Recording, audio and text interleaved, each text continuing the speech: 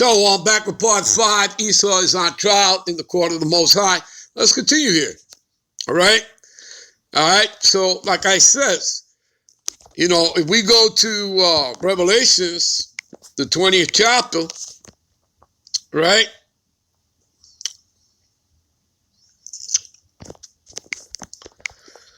Revelations, the 20th chapter, all right? And we'll start from the top. And I saw an angel come down from heaven having the key to the bottomless pit. The bottomless pit is Europe. And a great chain in his hand. That great chain, is a spiritual chain. You understand, people? All right? And he laid hold on the dragon, Esau, Edom, the Edomites. That old serpent, which is the devil and Satan. Okay? All right? When you look this up, you're going to see it's talking about man, all right? When we're talking about the devil. You understand? Diablos. Strong's G1228. Diabolos. See that? All right, see? Prone to slander, slanderous, accusing falsely, the false accuser, right? Now you see right here. Metaphorically speaking, applied to a man. I repeat, applied to a man. So it's not talking about the spiritual entity, Satan, who's actually an angel that serves the Heavenly Father on the left-hand side, overseeing unrighteousness and wickedness. All right? And Esau happens to worship the spiritual entity, Satan.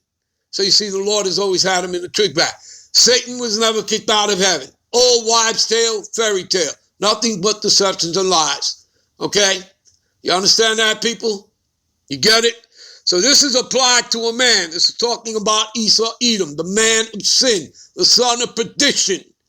Okay? The wicked. The earth was given into the hands of the wicked. All right? Job 9:24, Malachi 1:4 tells you who it is. All right? The Lord calls them the border of wickedness, that there are people, a nation, whom the Lord have indignation, which is righteous anger forever. Okay? And that clicks off to me, Isaiah 34:5. Okay? Where it said, my sword shall be bathed in heaven. Behold, it shall come down upon Idumea, which is the Greek translation for Edom. The people of my curse to judgment. Do you see that? The Edomites are the people cursed to the Lord's judgment. All right? So this is applied to a man by opposing the cause of the God power, right? 2 Thessalonians 2:4, who opposes and exalted himself above all that is called the God power, all right? Sitting in the temple of God, showing himself that he is God. Sitting in the temple, that means sitting on the church, on the congregation, on the Israelites, us being in captivity under him. You got that? All right? And he may be said to also act the part of the devil, in other words, the human counterpart here on earth. Okay? And to side with him. That's who they worship. The Illuminati, are these people, are they not Satanists? Hello? The bells should be ringing. Okay? You got it, people? You understand? All right? So that's just to give you the point. And Satan just means adversary, people. That's all it means. Okay? Satan just means adversary. And in this case, it's talking about who? The human counterpart here on the earth. Esau, Edom. All right? The white man. All right. So he laid hold on the dragon, talking about the Edomites. All right? The old serpent, which is the devil and Satan, and bound him 1,000 years. Right? This is after their Greco-Roman empires. So you see, they never went into captivity. So they never paid for their crimes. See? But now, when the Lord now brings the judgment, right? We're in the court of the law. When he brings the judgment on Esau, they have to pay for those crimes as well, what they did during the time of their Greco and Roman empires. because they would just have that spiritual chain placed on them and they were in their cage. So they never went into captivity. So now they have to pay for all of that, besides everything they did from when they came back into power, which we're about to show you, which was during the Renaissance. All right, so he bound them 1,000 years. Those 1,000 years is when the Moors ruled, were Israelites, all right? The Moors ruled all of Europe, you know, the Byzantine Empire. You understand that? All right? And he cast them into the bottomless pit, which is Europe, and shut them up and set a seal upon them, right? That spiritual chain. And that he should, right? The nation of Edom should not deceive the nations no more till the 1,000 years should be fulfilled. So you see, it's just prophecy, people. Everything, it's all prophecy, all right? And after that, he must be loose a little season. Well, right now, that little season started during the Renaissance. They came back into power during the mid-1300s. By the 1400s, it took them a little over 100 years to take the Moors down, all right? By 1492, when Columbus came into the Americas with the 5 Hebrew interpreters, they were already in their power seat. They had full power. They were in full control. You understand that? All right? You understand that? All right? And remember, Renaissance means rebirth. That's rebirth of the Edomites back into the power seat. All right? So, as you can see, all right, till the 1,000 years should be fulfilled, and after the 1,000 years, right, he must be loose a little season. He started that little season when he came back during the time of the Renaissance, the mid-1300s, okay? And he's been in power ever since, all right? And then we jump down to verse 7 and 8. What does it say? And when the 1,000 years are expired, right, the Edomites, Esau, Edom, right, known as the dragon, the old serpent, which is the devil and Satan, he shall be loosed out of his prison and shall go out to deceive the nation which are in the 4 corners of the earth, just like he did prior to that. Now, back during that time as the Greco-Roman empires, they didn't rule the whole earth, right? Because they didn't even know about the Americas. They only ruled that eastern part, that eastern hemisphere. We're in the western hemisphere. Now Esau, Edom, right, has ruled the whole world. Okay, the third go-around for the Edomites, now they got to rule the whole world. Before it was just the eastern hemisphere. Now they rule the whole world. You understand that? All right. All right, points been made. Okay. All right, so let's get back over there. All right, to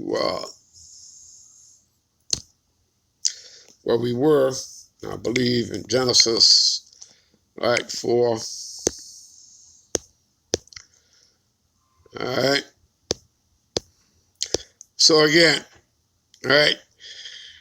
And behold, thou hast driven me out of this day from the face of the earth, and from thy face shall I be hid, and I shall be a fugitive and a vagabond in the earth. That's what Esau is, as his forefather Cain. And it shall come to pass that everyone that findeth me shall slay me. All right, so now we want to look up vagabond, I believe, right? Because I don't think we looked that one up. All right, we looked up fugitive. All right, let's look up vagabond. All right.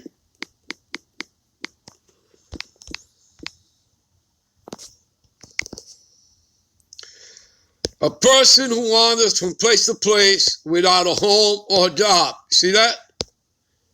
All right? See? Because they don't work. These people don't work, see? Wandering, nomadic, traveling, mobile, right? And again, everywhere where they pitch tent, right? Germany, France, the British Empire, Spain, wherever, you know, all right? All right, the EU nations, the Edomite beast system people, NATO, right? Roaming, which is, right, the EU, right? which is the financial political arm, NATO, right? The military arm, the Iron Teeth of the Beast. And of course, there's the whore, America, Babylon the Great. The three of them make up the last leg and extension of the revived Roman Empire, the Edomite beast system, right?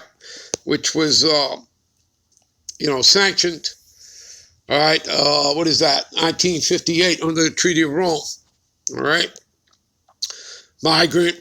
Migrating, see that? Displaced, homeless, rootless, drifting, unsettled, footloose, see that?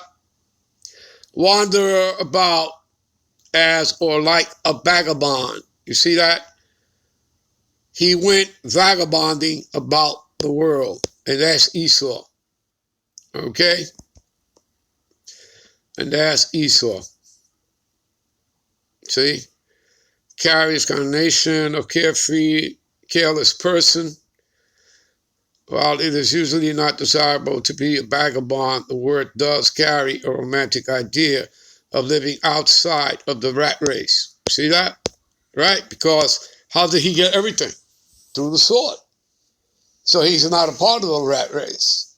Okay? Because he has everything. He has all the gold. He has all the best lands. You understand that, people? All right? All right? See? Nomadic. Let's see about that word here. Nomadic, living the life of a nomad, wandering, nomadic herdsman.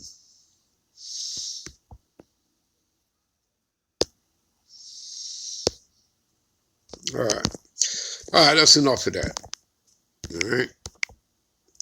All right. Over here. Give me a minute.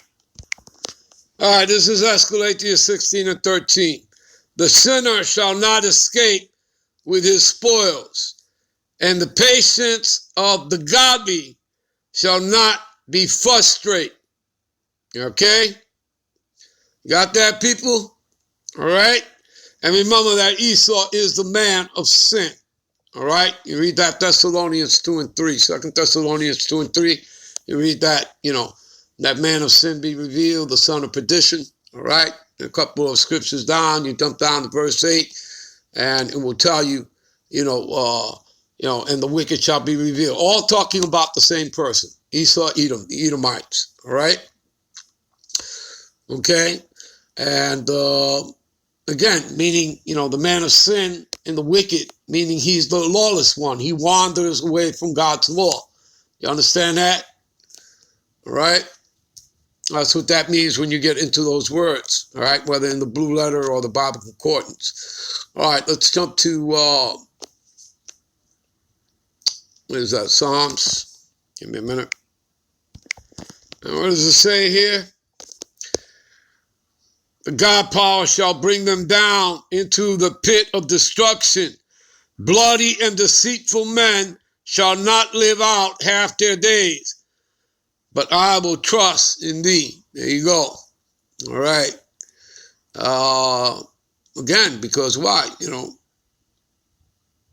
Again, we're in the court of the Most High, man. All right. And he brings justice and judgment. All right, let's go to Psalms 9 and 12.